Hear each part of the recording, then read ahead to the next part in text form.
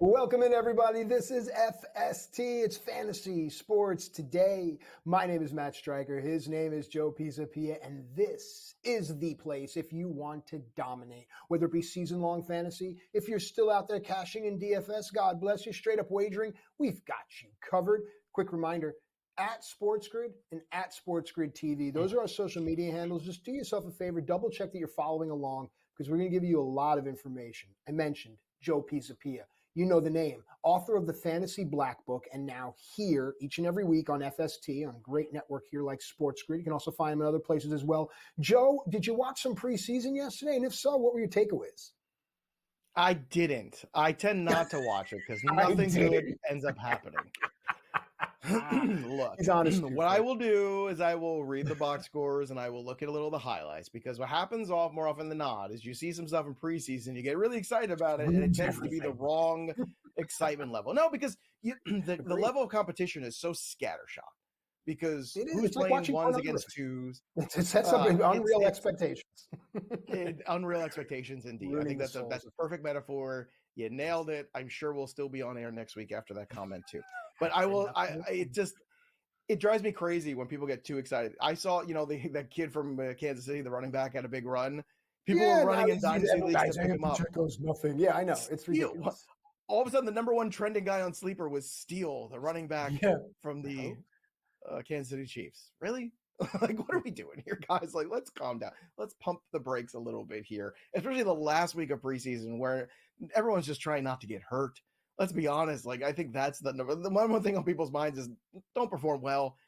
Just don't get hurt. Just don't get hurt. That's your number one priority. So, no, but there are some things to take away. So we're going to take away a few things from this. So go ahead. Let's roll through yesterday's glorious week 3 preseason.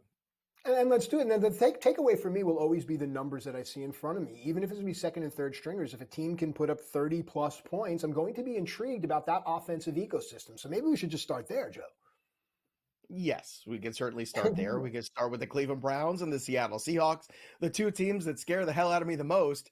Sure, well, why not drop 70 points in this game? Sure, well, let's do that. Why not? Right? That's logical. Okay, so takeaways here. Geno Smith, 4 for 5, 62 yards and a touchdown. That's good. I want to feel more confident in Geno Smith. I think Geno Smith at his best this year looks like a mid-level QB2 in Superflex. Is he a guy that's going to win you a league? No. So that's not where I'm looking. But if that's what I end up with, yeah, sure. Mid-level QB2 of Superflex, that's, I think, what he could be. Let's not chase 2 years ago. I don't think that's a good idea. From the rushing perspective, too, it's very clear. You got the McIntoshes in this game from Seattle. You didn't get Ken Walker. You're not getting Charbonnet, right. So you know what's going on. It's good to see JSN having a couple catches there. He caught 2 of his 2 targets. DK Metcalf had a catch for a touchdown. So that's good. The JSN takeaway, that's important because you want him to look good. We talked about his ADP rising, Lockett not being on the field. That's all very positive. You did not see Deshaun Watson, which is the quarterback the Browns are supposedly going to be playing with, right? That's the guy. Right. Instead, you saw Tyler Huntley go for 146, 17 of 22 for 3 touchdowns. What's so interesting to me about the Brown situation is this offseason, not only did they bring in Winston, but they brought in Tyler Huntley too, a guy who has had some really good games for the Ravens and some big moments when Lamar Jackson was out. So I feel like the Cleveland Browns are in that, fool me twice, shame on me scenario that we can't go empty-handed into the season here. We have to have some quarterback options. And I don't think at this stage they care about the contract of Deshaun Watson anymore. They have to stop caring about it. They have to start winning games and then deal with the problem and the fallout at the end of the year. That's, I think, where the Browns are at. Would you agree? I'm going to give you an over-under. 6.5 games for Deshaun Watson as the quarterback of the Cleveland Browns. Over-under.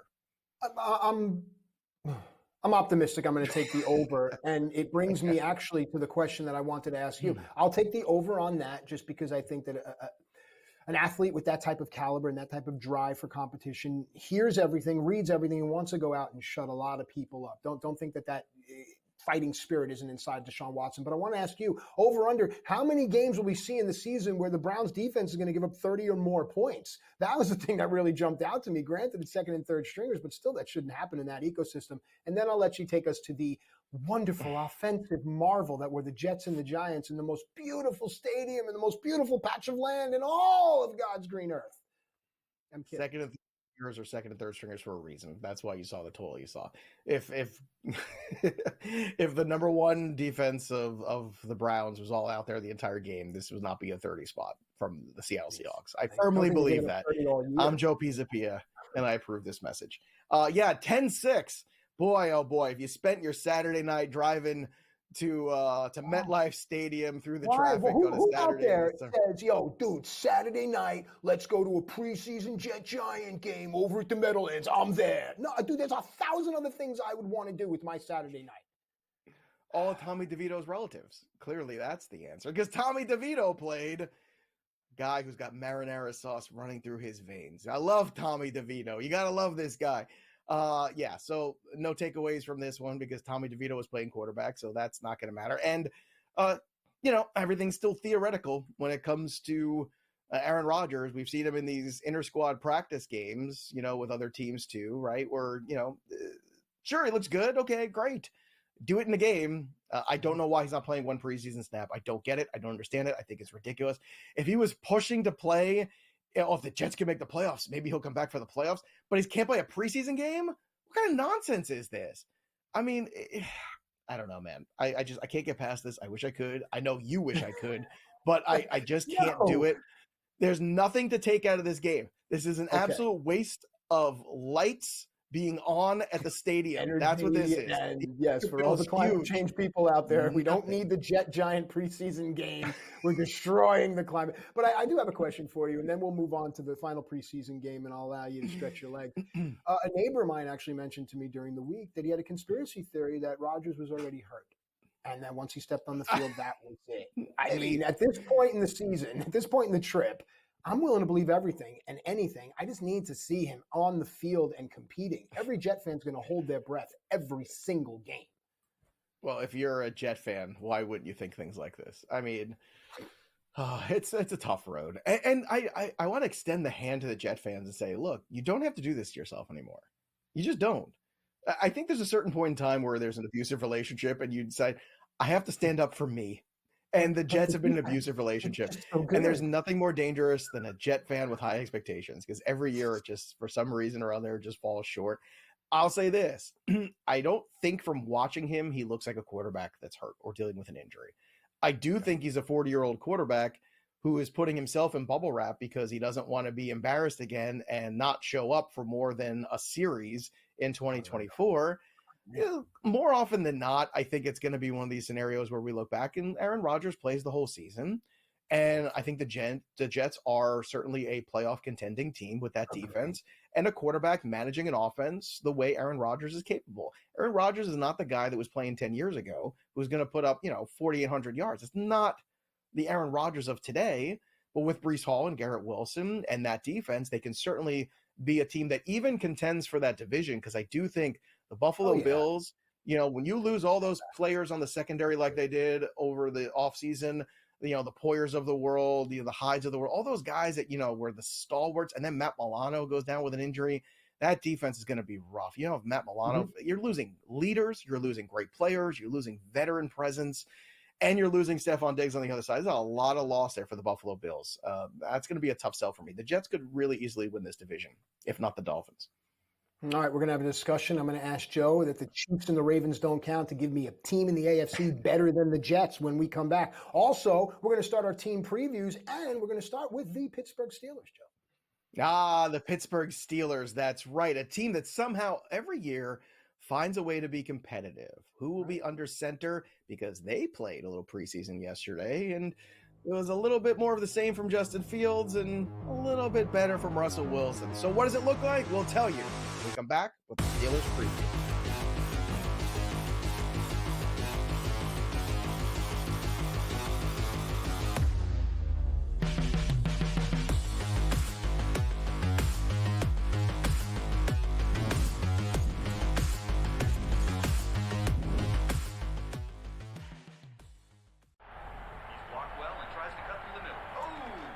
Your gut says Miami is going to win, and you should take the over. Your gut also said your NFT selfies would only go up in value. They didn't. But your head is on SportsGrid and knows the QB is in concussion protocol. The backup has a 45 QBR against the zone coverage. The New York D has the most sacks in the league. So yeah, trust your head. It's smarter to be on SportsGrid. There is going to be an energy to game time decisions that you will feel night in and night out. We're going to go through every single thing, and I've got a great team behind me that's going to help me get the job done. I want this to be the place that people come to. We are going to hit every single one of those markets that you need to know about. There is not going to be a better place, I promise you, than Game Time Decisions. We will have everything at our disposal, and we will use that to our advantage. I'm Kevin Walsh. Tune into Game Time Decisions from 6 to 8 p.m. Eastern on SportsGrid.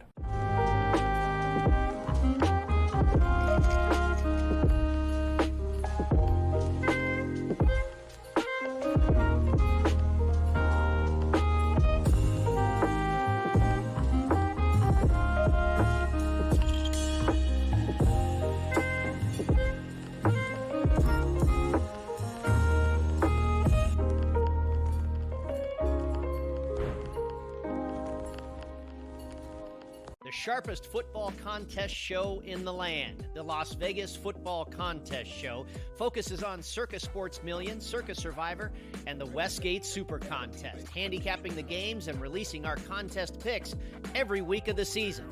With two former Super Contest winners, Brady Cannon and James Salinas, a former NFL player, Mike Pritchard, and over $1 million in contest prize money won combined, the Las Vegas Football Contest Show will have you prepared this season like none other.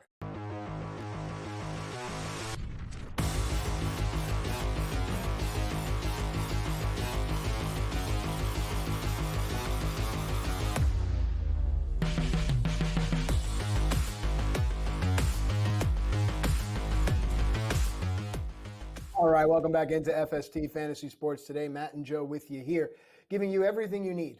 I mean, honestly, it's everything you need in order to dominate. All right, let's go and create some new hope in Pittsburgh for the Pittsburgh Steelers. Joe, it's time for some team previews. We've been doing them each and every week, folks. If you missed anything, just go back in the archives. They are all there, incredibly informative and entertaining because Joe is steering the ship on this. Joe, let's talk about the Steelers here, and I just got to start at this quarterback conversation. I mean, I honestly don't think Russell Wilson is under center after, say, week 4, but what do I know? Thoughts? Yeah, I actually think that's a pretty good earmark of the schedule. It feels like from yesterday that they want to continue to plow forward with this whole Russell Wilson thing. And I say that because I think we know where the Steelers are right now. And I think we know where Russell Wilson is in his career. Right. I think it's rude to say a guy is washed up or any of that. I just don't think he is a quarterback you can win with at this stage in his career. I think that's a better way of putting it because, Russell Wilson's been a guy that's taken teams and won Super Bowls. I mean, we can say, well, it was on the back of the defense of the Seattle Seahawks and all of that stuff, and that's fair. But at this point in time, I look at the schedule, and we like to do this sometimes on the show. So they got the Falcons to open, right? And the Falcons defense who just added Matthew Judon and Justin Simmons. Yeah. That's a pretty good defense. Now they have an easy matchup here against the Broncos in week 2. Then week 3, another matchup that's very winnable at home against the Chargers. Then they play the Colts and the Cowboys and the Raiders. Now, the Cowboys and Raiders defenses specifically, like by the time we get to October 13th, things are going to get a little tricky there. So if Russell Wilson should struggle against some of those lesser teams, this could be a very quick hook. So we'll see what happens. I'm still putting my money on Justin Fields to play more games this year. From a fantasy perspective, it's a boomer bust scenario. If you could draft him as your third quarterback in the Superflex, it could be very exciting. I keep coming back to the same thing. 10 years difference. That's a big difference.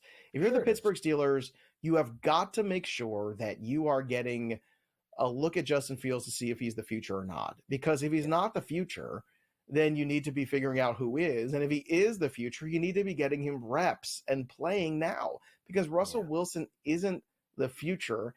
And I'm not even sure he's the best option in the present for the offense that you're going to be dealing with.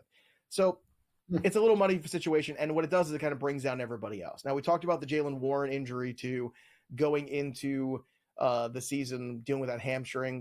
been told it's not a big deal. Okay, fine. The Najee Harris, Jalen Warren ADP went from being back-to-back to separated, where now Najee Harris has moved up to a point where I think it's almost a little untenable. Like, I think, going ahead of Zamir White or close to Ramondre Stevenson, that doesn't make a lot of sense to me because those guys don't share backfields, and eventually at some point, Najee Harris is going to share that backfield with Jalen Warren. I like Najee Harris. He's a good RB2, but he's not one I want to invest in with that kind of draft capital. So that is where I struggle here. Jalen Warren, a player that I do like, but didn't like because of the ADP, now because of the hamstring issue, he's floating around to a scenario where maybe I do like him, and that becomes interesting. One guy I do like at ADP is George Pickens. So regardless if it's Justin Fields, if it's Russell Wilson, the ADP of this guy who is being drafted as a wide receiver 3, I think is perfect because I think he's going to have some games that pop off as wide receiver 1. And then he's going to have some games where the Steelers offense struggles. I think that's just going to be something we have to grasp at this point in our lives and realize there's going to be some ups and downs here with the Pittsburgh Steelers in terms of fantasy value. They're going to be a team that wants to run the football still, a team that's going to potentially, play defense, run the football, keep it simple. But George Pickens, I think, earned the target share last year. I think he could certainly match this projection here of 1,000 yards, 6 touchdowns, maybe even a little more on the touchdown side. The reason I want Fields to play quarterback is he gives Pickens more time to get open. It's fun to watch, but also he extends drives, right? Yes. So if you're 3rd and long and Justin Fields runs for, 18 yards, that stuff is backbreaking for opposing defenses. And that gives George Pickens more opportunities. Now, the one thing is he's got to hold on to the football. We've had some fumble issues here in the preseason. I don't know if it's nerves. I don't know if it's working with the new center. Whatever it is, we've got to tighten it up because Tom was not going to stand for that. And then the last piece is Pat Freiermuth. So if you have a draft that really gets away from you at tight end, I've done this a few times already where Pat Freiermuth is the consolation prize, and I'm cool with it. Pat Freiermuth, I think, in the Arthur Smith offense that wants to target the tight end is actually going to be pretty useful. Roman Wilson, Van Jefferson, those guys don't really stand out as difference maker wide receivers. So I think Pat Freiermuth, especially in the red zone, is going to be a piece that is underappreciated, undervalued. And I do think will finish as a tight end 1, a low rung tight end 1, but one that you can start every week and say, okay, there's upside for a touchdown here, maybe some target volume as well. And Pat Freiermuth, I don't think gets enough credit for being how good he was, because in college, this was a top tier tight end. He flashed some really good moments. He's just had really miserable quarterback play throughout his career, right? Mason Rudolph's and the other guys that truck through there, right. Kenny Pickett's, like, it has not been good for Freiermuth. So maybe it gets a little better this year with Wilson or Fields, both of which over upgrades of what he's had.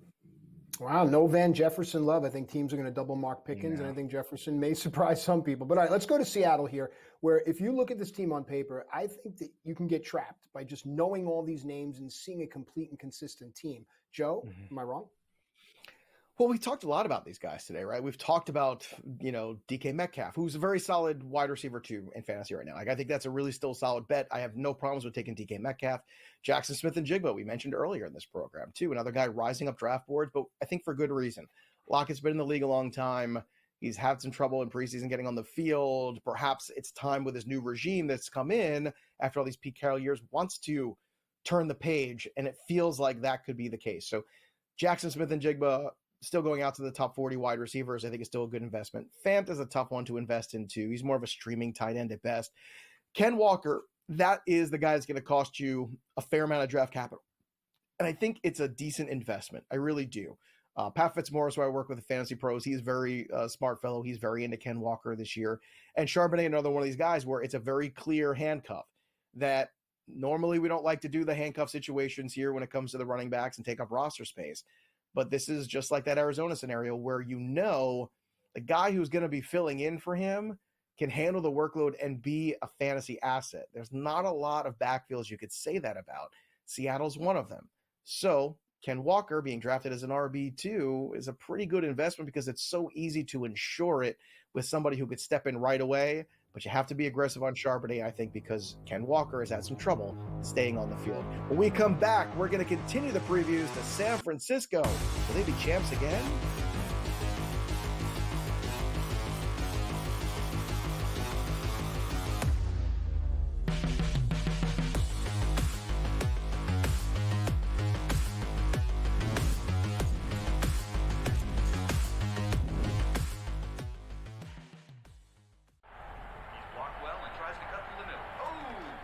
Your gut says Miami is going to win, and you should take the over.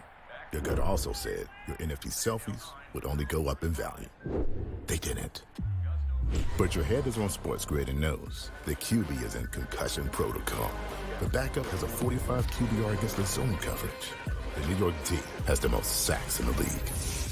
So yeah, trust your head. It's smarter to be on SportsGrid. There is going to be an energy to game time decisions that you will feel night in and night out. We're going to go through every single thing, and I've got a great team behind me that's going to help me get the job done. I want this to be the place that people come to. We are going to hit every single one of those markets that you need to know about. There is not going to be a better place, I promise you, than Game Time Decisions. We will have everything at our disposal, and we will use that to our advantage. I'm Kevin Walsh. Tune into Game Time Decisions from 6 to 8 p.m. Eastern on SportsGrid.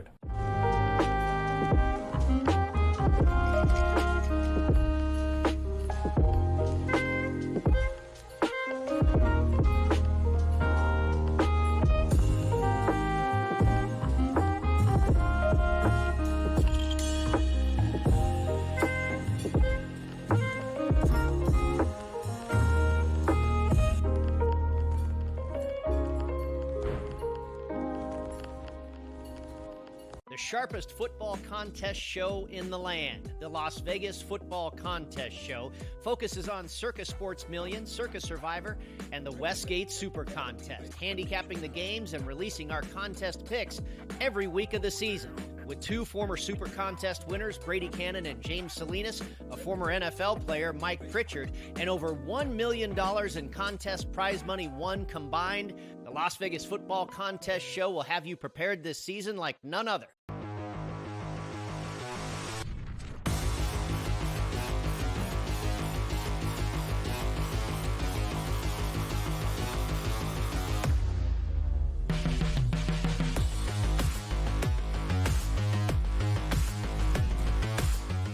All right, FST Fantasy Sports Today continues on with Matt and Joe doing the team previews ahead of many people going into their drafts ahead of the 2024 NFL fantasy football season. Of course, if you missed anything, go back in the archives. They're all there.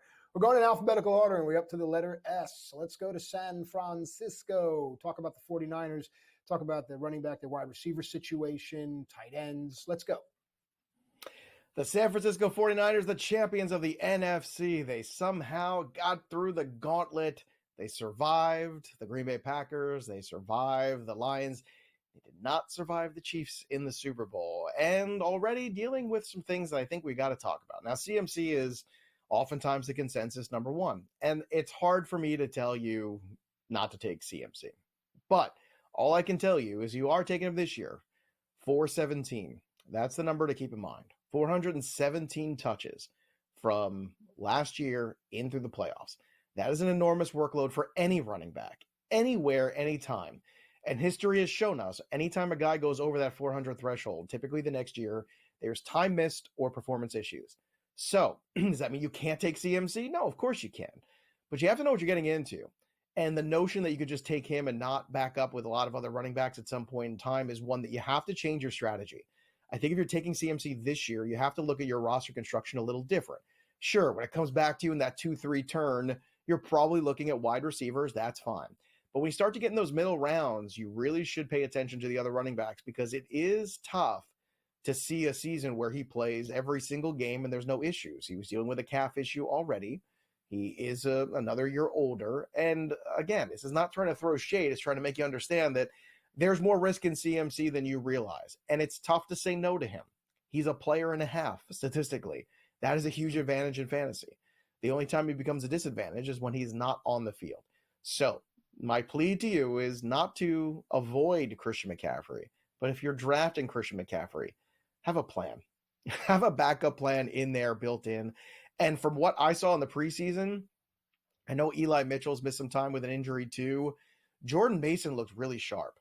Jordan Mason looks like he might be the guy potentially who would be the immediate winner for any vacated touches for CMC in the offense if he was hurt. So just kind of put that in the back of your brain, let it soak in, and see if you can make it all work. Brock Purdy, another guy last year, played well above expectations, did a great job, finished as a QB1, still being drafted as a low-end QB1, and I think that's probably where he goes. Would I rather have Jaden Daniels? Yes. Would I rather wait a little bit longer if I could sneak a Jordan Love over him? Yes. Would I rather take Jared Goff or Kirk Cousins? Probably at cost.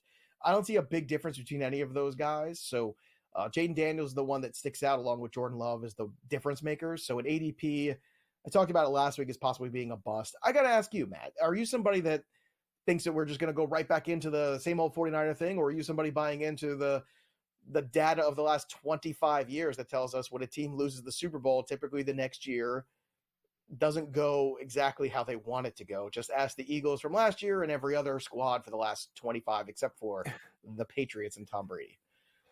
Yes, I believe in the immutable laws of math. With that said, I like to go into each draft in a new season with a nice balance and blend of what is hot and new and what I know that works. And for me, the situation with Brandon Ayuk causes a lot of concern. The same thing that's going on in Buffalo, the same thing that's going on in Pittsburgh is that I just don't know. So now my things that I know are limited, and now I have to kind of venture into the uncharted waters of these new shiny things. So I'm with you, but I want to see how this Ayuk situation plays out, Joe. Yeah, that's the tough one. He's still holding strong here at wide receiver 16, the 33rd player going off the board. Where I struggle with that is Nico Collins, Mike Evans ahead of him, Cooper Kupp, DK Metcalf, DJ Moore, Michael Pittman, Jalen Waddle all after him. Why am I taking the risk of the guy holding out? Right. Why am I doing this? And if he gets traded to the Steelers, is that a better offensive situation for Brandon Ayuk? I don't think so. I like Brandon Ayuk a lot as a player. He's a really solid value last year. Now he's not a value anymore. He is a guy you have to get at cost, and he has to return that cost. So it becomes tricky. Deebo Samuel, his running mate there in that wide receiver grouping, he's being drafted as a 12th wide receiver off the board. I struggle with that a little bit. Another guy that's had some injury history in his backlog. You got Devontae Adams, who plays every single year ahead of him. You've got Drake London in that same range. Again, Mike Evans, Nico Collins. So both these 49er wide receivers, I'm kind of fading away from. Kittle, we talked about as an ADP value. I think Kittle's the one guy that still comes at a really good cost. You have to pay a lot for these guys in San Francisco, and I don't know if that's something I want to do in 2024. The best value on the board is actually the tight end position in terms of return on investment. We come back. There was a QB1 that nobody wants to acknowledge, but when we return, I will acknowledge him. Who is it? We'll tell you after this.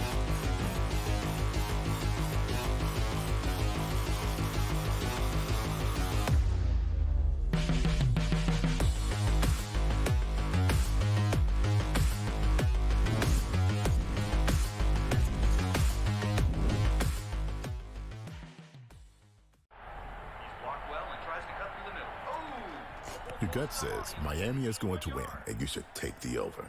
Your gut also said your NFT selfies would only go up in value. They didn't. But your head is on SportsGrid and knows the QB is in concussion protocol. The backup has a 45 QBR against the zone coverage. The New York D has the most sacks in the league. So yeah, trust your head. It's smarter to be on SportsGrid. There is going to be an energy to game time decisions that you will feel night in and night out. We're going to go through every single thing, and I've got a great team behind me that's going to help me get the job done. I want this to be the place that people come to. We are going to hit every single one of those markets that you need to know about. There is not going to be a better place, I promise you, than Game Time Decisions. We will have everything at our disposal, and we will use that to our advantage. I'm Kevin Walsh. Tune into Game Time Decisions from 6 to 8 p.m. Eastern on SportsGrid.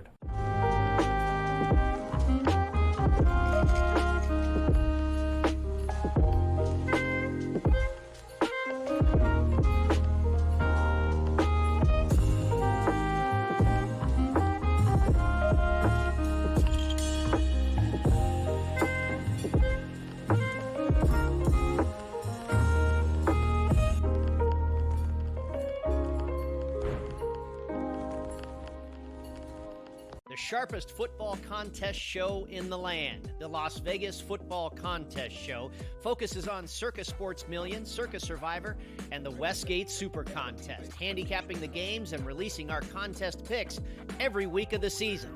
With two former Super Contest winners, Brady Cannon and James Salinas, a former NFL player, Mike Pritchard, and over $1 million in contest prize money won combined, the Las Vegas Football Contest Show will have you prepared this season like none other.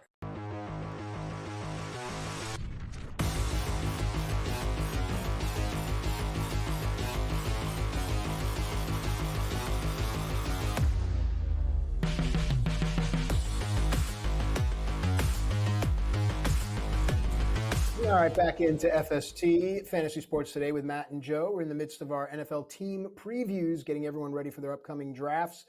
Everything has been done up until now. We're going alphabetically. We're up to the letter T. If you missed anything, of course, go check the archives there. Joe, I see you doing some sound effects because we are about to preview the Tampa Bay Buccaneers, and many people think that they are a sleeper team. Others find them to be a yawning team. But Baker Mayfield surprised a lot of people last season. Does he do it again this season? He very well might. Yeah, we got to keep the guys in the back awake. It's Sunday morning. It's the dog days of August. We got to pump everybody up here. But yeah, the Tampa Bay Buccaneers last year were much better than people thought they would be. Much better than I thought they would. I was a team I was concerned with good reason. I didn't know what it was going to look like, what Baker Mayfield was going to get. Dave Canella showed that he can get the best out of these project quarterbacks, and we'll see if he can do it with Bryce Young this year. That'll be the next one. If he does it 3 years in a row, you got to start getting this guy some awards or something, man. It's pretty incredible. Baker Mayfield last year, most people don't realize, finished as QB 10 last year in fantasy. QB 10. Now this year he's being currently drafted as QB 21. So there's a lot worse QB 2s you could have in your Superflex league than Baker Mayfield. He's still got Mike Evans. He's still got Chris Godwin. He's still got Rachaad White. He's got a lot of pieces around him. And Mike Evans is another year older, but am I the guy who's going to tell you Mike Evans can't do it again? Because if we keep doing this, we keep losing money on it, waiting for Mike Evans to somehow fail. Mike Evans, 1,000 yards receiving again last year. He is projected to go over that again. 76 catches, 8 touchdowns. It's hard not to look at the value you're getting on the board with the Buccaneers and say, you know what, this is a pretty competitive team, a team that won their division last year. Yeah, the division was very weak at times. I get that. But I want to give the Buccaneers a little bit of credit. The other thing to keep in mind, too, is that Chris Godwin is moving back into the slot. Now, that is very important because what's going to happen there is the target volume could potentially go up a little bit. So we want that. Jalen McMillan, the guy that I'm taking with my last pick in a lot of drafts, he is carving out a role for himself as that wide receiver 3, that clear guy in this offense. So is that something we're super excited about right now? No. But if this is the year where we see some wear and tear finally catch up to Mike Evans, or Chris Godwin has another injury where he misses time, Jalen McMillan is a versatile wide receiver who could really step into that void for either of those guys. He can play on the inside, play on the outside. And I really like what I've seen out of him this preseason. We always say preseason doesn't matter, except for the guys that it matters for. And it mattered for a guy like Jalen McMillan who's fighting for a job. And we say the same thing in baseball every year, right? Guys returning from injuries, rookies that we like, do we want to see progress with? So these games are typically throwaways, but the performances aren't all throwaways necessarily. And guys like Jalen McMillan matter. Will he become a star this year? Probably not. But I think when you're in that early going, he is an interesting late round pick, especially in those 14-team, 16-team leagues. You're playing deeper leagues. Jalen McMillan's a guy not to forget about. The tight end situation there, you have Cade Otton, who's had some moments there, but I really want to come back and focus on Rachaad White, because Rachaad White, to me, Matt, is a guy that does not get nearly enough respect. In that same expert draft that I did on Friday afternoon, I was drafting from the 11th spot. I got A.J. Brown in the first round, came back around with Marvin Harrison Jr., so I needed to go running back. And who fell in my lap? Rachaad White. And Rachaad White last year, just to remind everybody, finished as RB5 in PPR last year. RB5 in PPR. And he's being drafted right now as RB13. So you tell me what's wrong with this picture. A guy who had 990 rushing yards, had 64 receptions in this offense for 549 yards, 6 rushing touchdowns, 3 receiving touchdowns. And so far, also in preseason, has looked really good, like really sharp, ready for the season to go, and a player that we've waited on, and last year finally got the breakout. I think there's actually another plateau for Rachaad White where he finishes even higher this year.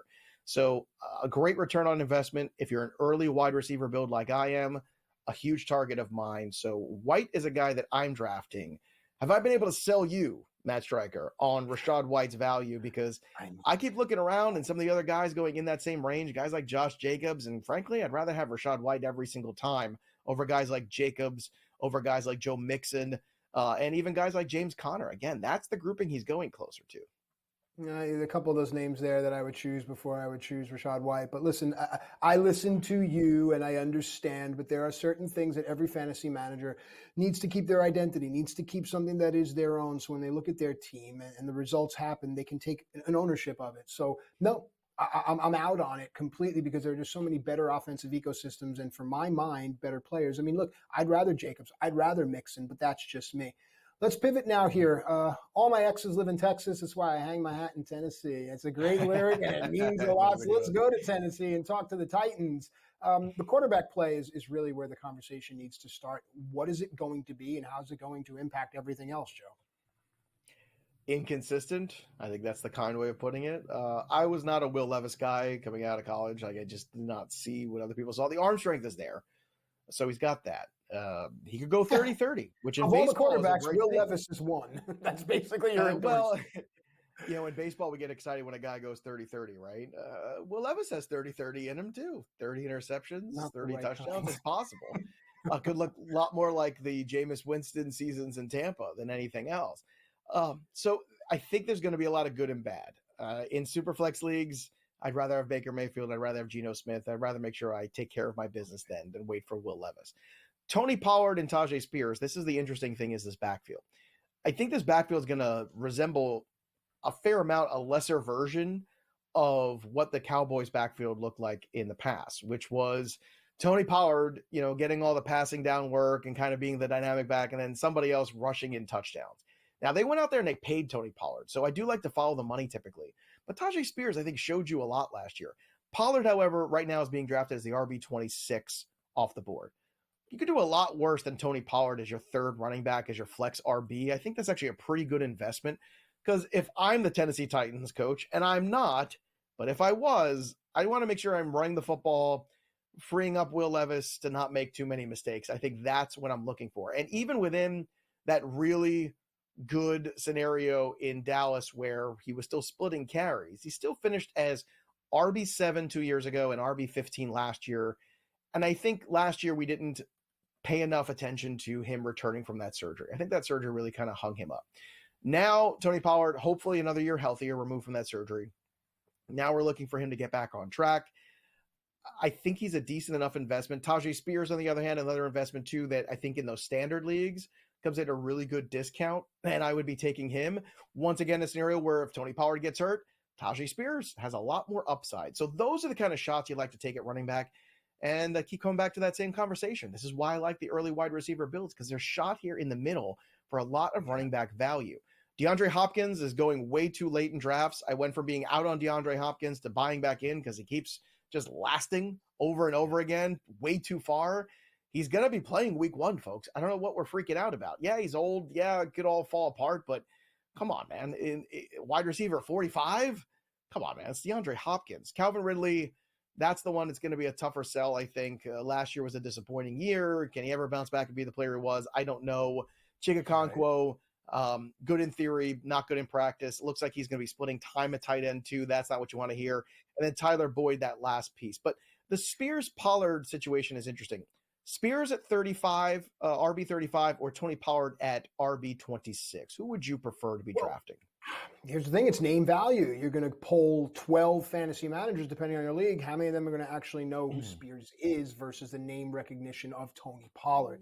And just to button up the conversation the way I started, I think that the receiver room is veterans, all veterans that know this game. I think they can actually make Will Levis better, but all that remains to be seen, Joe. This has been fun, man. You did a great job as always, bud. Yeah, we got one team left too. And it might be the best value out there. It might be the sleeper fantasy team that exists. And I can't believe I'm saying this about the Washington Commanders. Yes. What has happened here? Yes. We are in the upside down. Stranger things are here. Yeah. When we come back, we're going to break down that Commanders offensive roster and what it means for fantasy. We'll be right back.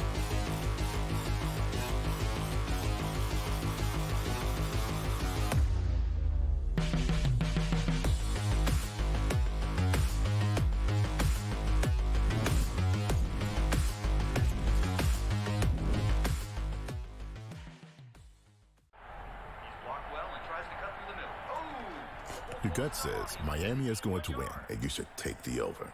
Your gut also said your NFT selfies would only go up in value. They didn't.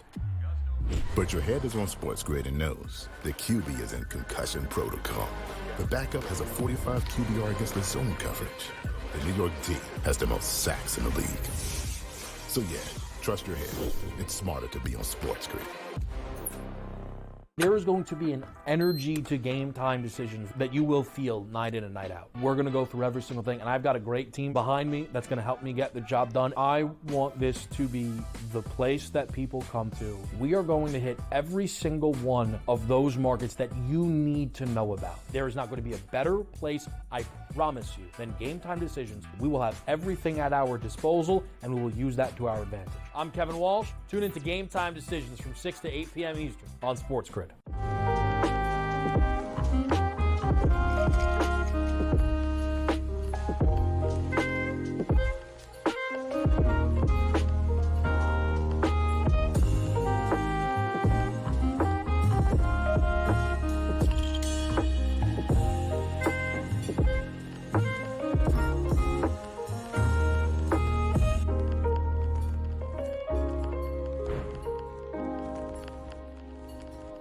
Sharpest football contest show in the land. The Las Vegas Football Contest Show focuses on Circus Sports Million, Circus Survivor, and the Westgate Super Contest, handicapping the games and releasing our contest picks every week of the season. With two former Super Contest winners, Brady Cannon and James Salinas, a former NFL player, Mike Pritchard, and over $1 million in contest prize money won combined, the Las Vegas Football Contest Show will have you prepared this season like none other.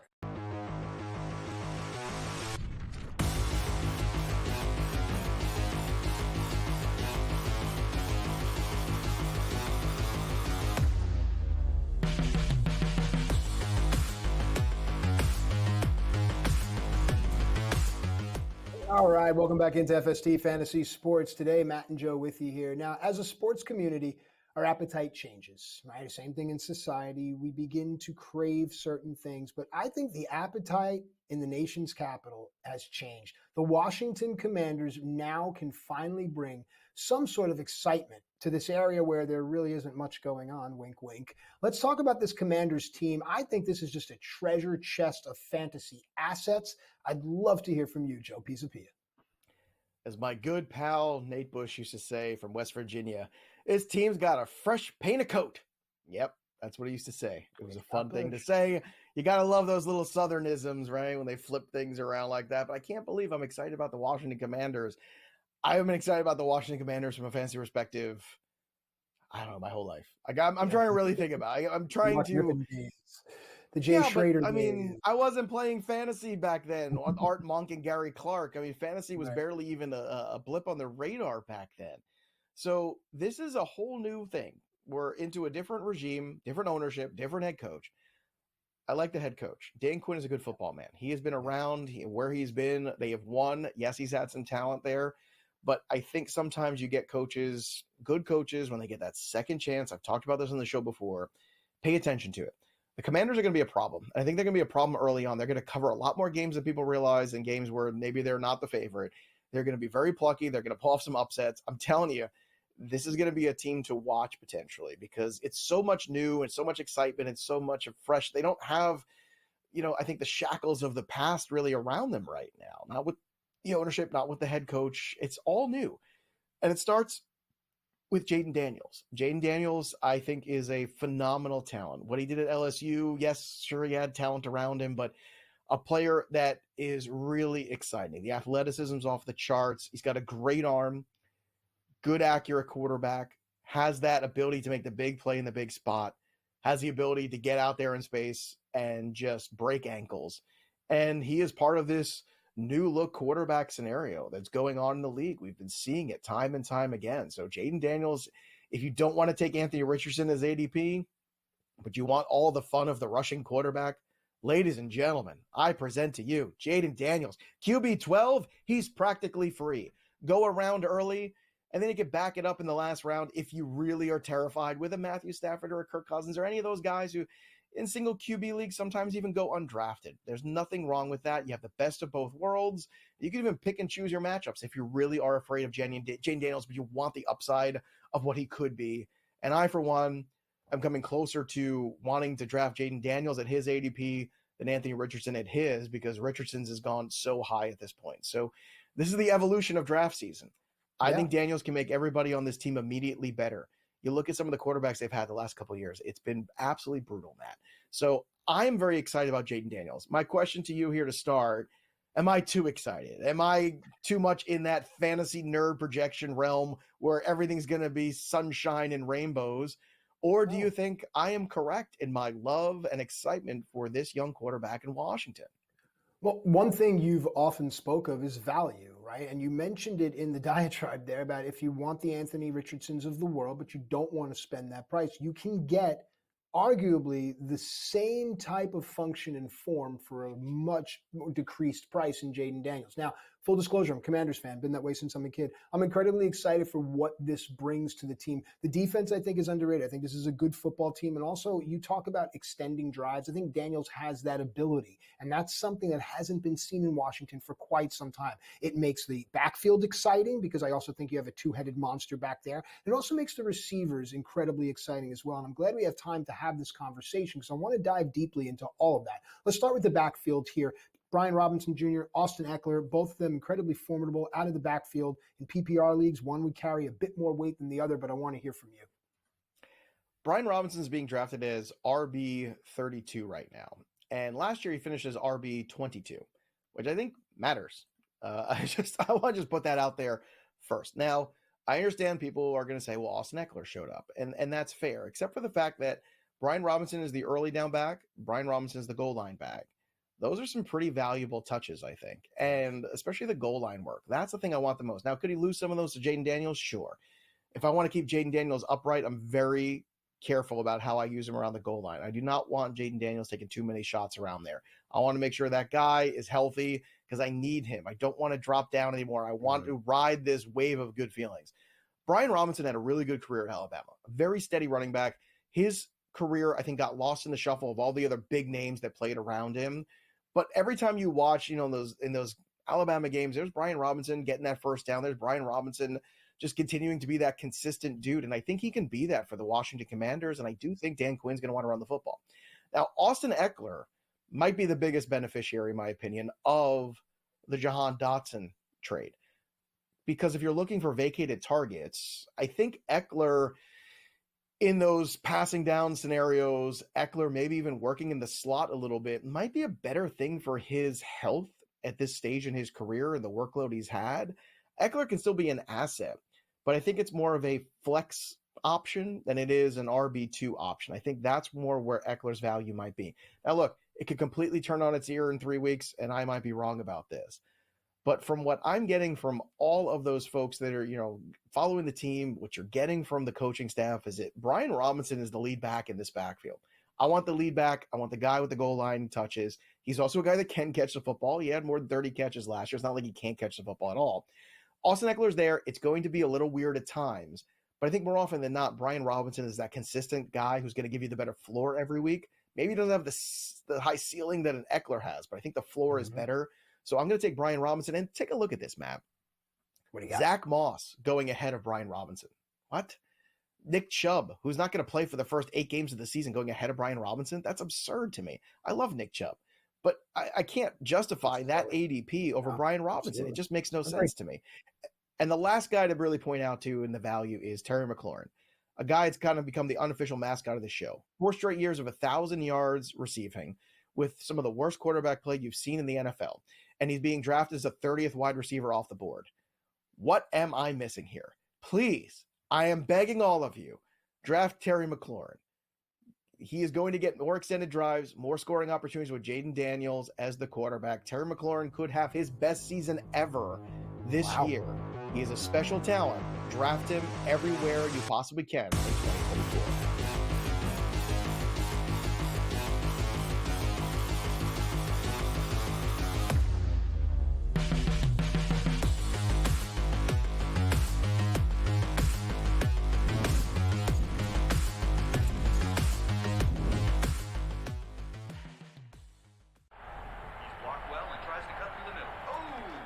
Your gut says Miami is going to win, and you should take the over. Your gut also said your NFT selfies would only go up in value. They didn't. But your head is on SportsGrid and knows the QB is in concussion protocol. The backup has a 45 QBR against the zone coverage.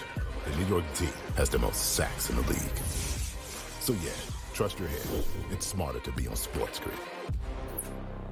There is going to be an energy to game time decisions that you will feel night in and night out. We're going to go through every single thing, and I've got a great team behind me that's going to help me get the job done. I want this to be the place that people come to. We are going to hit every single one of those markets that you need to know about. There is not going to be a better place, I promise you, than Game Time Decisions. We will have everything at our disposal, and we will use that to our advantage. I'm Kevin Walsh. Tune into Game Time Decisions from 6 to 8 p.m. Eastern on SportsGrid.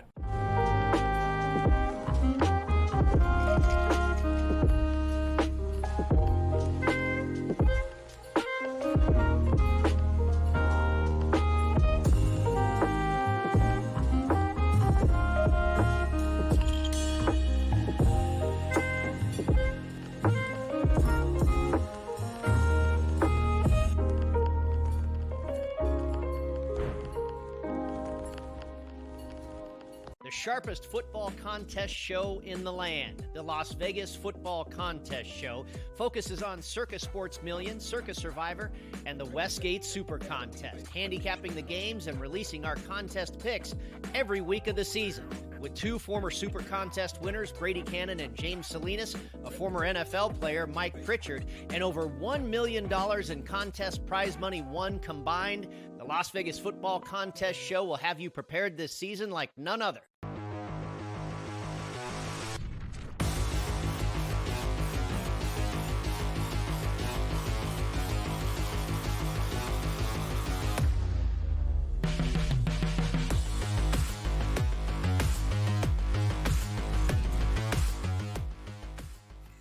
All right, welcome back into FST Fantasy Sports today. Matt and Joe and the entire crew with you here. Now, right before we were coming in, I had made a comment to Joe that Taysom Hill now has running back eligibility, but because the music was in my ear, I could not hear your quip back. So now, let all the world hear that quip. Hey, Joe, you know Taysom Hill has running back eligibility?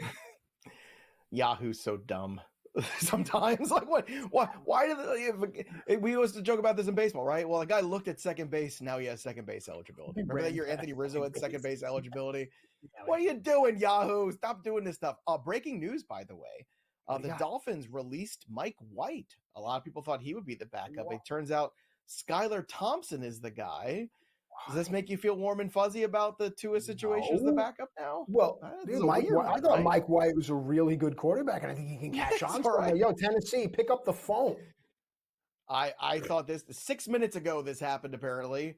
So we're always keeping you up to date here on SportsGrid. But yeah, I think a bit of a surprise for a lot of us there. So yeah, the hits just keep on coming. All right, so we're closing out this show here. We're getting closer and closer to kickoff, and each and every time we close it out, the tradition is 3 things that pop into Joe's mind, things he's looking forward to this week. Joe, what do you like? Well, what a perfect transition for the Mike White conversation. Final cuts. Guys who aren't going to make the roster might end up somewhere else.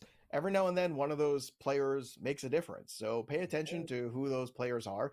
Also, some of the cuts will tell you about, and who makes the team and doesn't, what they think of certain players ahead of them on depth charts. So keep that in mind.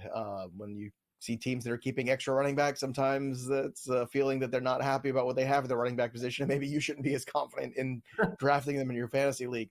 Contracts. A lot of contracts that get done. It feels like the domino effect, right?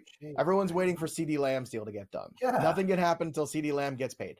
CeeDee Lamb gets paid, then Jamar Chase gets paid, and then Brandon Ayuk gets paid or traded or both or none. I don't know. We'll see what happens. But it's been a couple weeks now with this Ayuk stuff.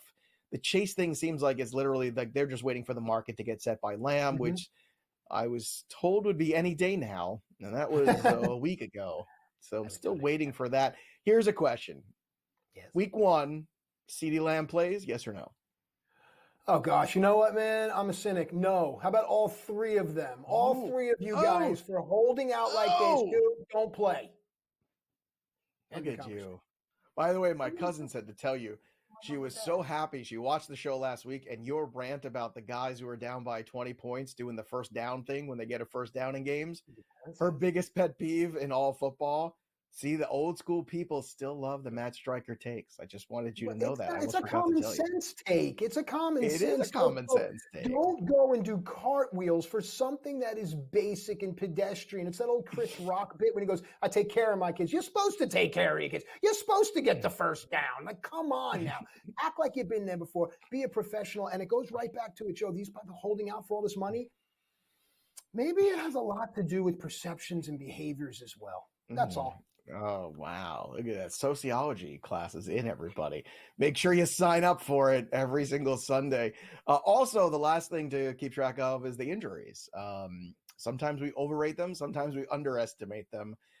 Going in the right direction, it seems like DeAndre Hopkins. It seems like the Jaylen Warren thing isn't a huge deal. That's good. It seems like Herbert's going in the right direction. So those are all guys moving in the upward swing. But pay attention here if anybody picks up some injuries on the back end of this last week of preseason. So we have a few more games left to play today, and then everybody goes into their cocoon with the final cuts happen, which is a good thing. But I don't know about you, man. I'm very excited for the beginning of this season. It feels like another great injection of youth this year, especially at the quarterback position, right? Last year we got CJ Stroud, we got Anthony Richardson, only for a taste, though. We get him for a full season. Jaden Daniels, Caleb Williams, at some point Drake May. Bo Nix is going to be starting. Not that I'm excited about that. I don't think Bronco fans should be exciting, but it beats the alternative of Zach Wilson and Jarrett Stidham. But it does feel like, we have really passed that torch, haven't we? From the days of the Mannings and the Brees and the Bradys to this other generation that really has filled that void, led by Patrick Mahomes. But we're in a new quarterback renaissance, don't you think? I agree, and it's a great point. I think the appetite for the game is greater than it's ever been before. And I think the athleticism of all of these players is going to help to mitigate some of the talk that we hear about trying to lessen the impact of the sport. You hear flag football coming up a lot. Here's the thing. With these young, athletic players, you're going to mitigate a lot of the damage. I love it, and I'm ready, Joe. Flag football season starts for me and my daughter on the next Saturday, if we can believe it. Unbelievable. Go Eagles. Oh, we are here, folks. Football is here. Say goodbye to your life for the next 5 months. That's pretty much. But you know what? I wouldn't have it any other way. I wouldn't have it any other way. What life? That'll do it for us. But the story of the game goes on. From Matt Striker, I'm Joey P. See you next time, kids.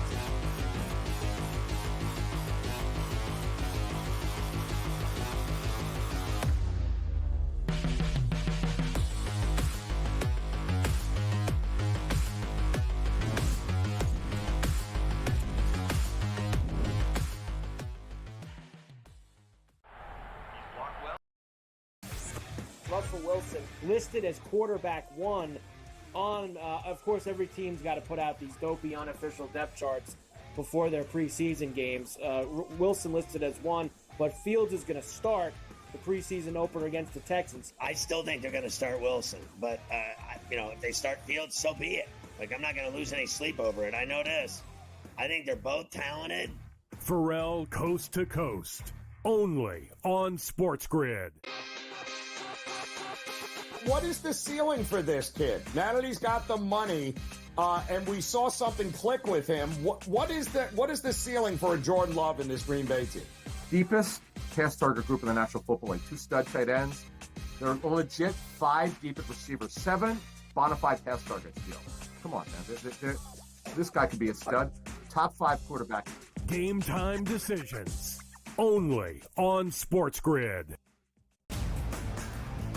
Say the under has the correct juice to the 6.5 win total for the New York Giants. It's a losing season. It's a bad season in the greater New York area. Is Brian Daboll and is Joe Shane back next year? As a Giants fan, what are you looking forward to? Absolutely nothing. You're hoping like the Yankees make a long enough run so you can forget about the Giants. The early line, only on SportsGrid. Let's go. Welcome to the Live Golf Team Championship. The golf has been mesmerizing. They are the Live Golf Team Champions. Team golf is back. Oh, yes! Are you ready? Let's go!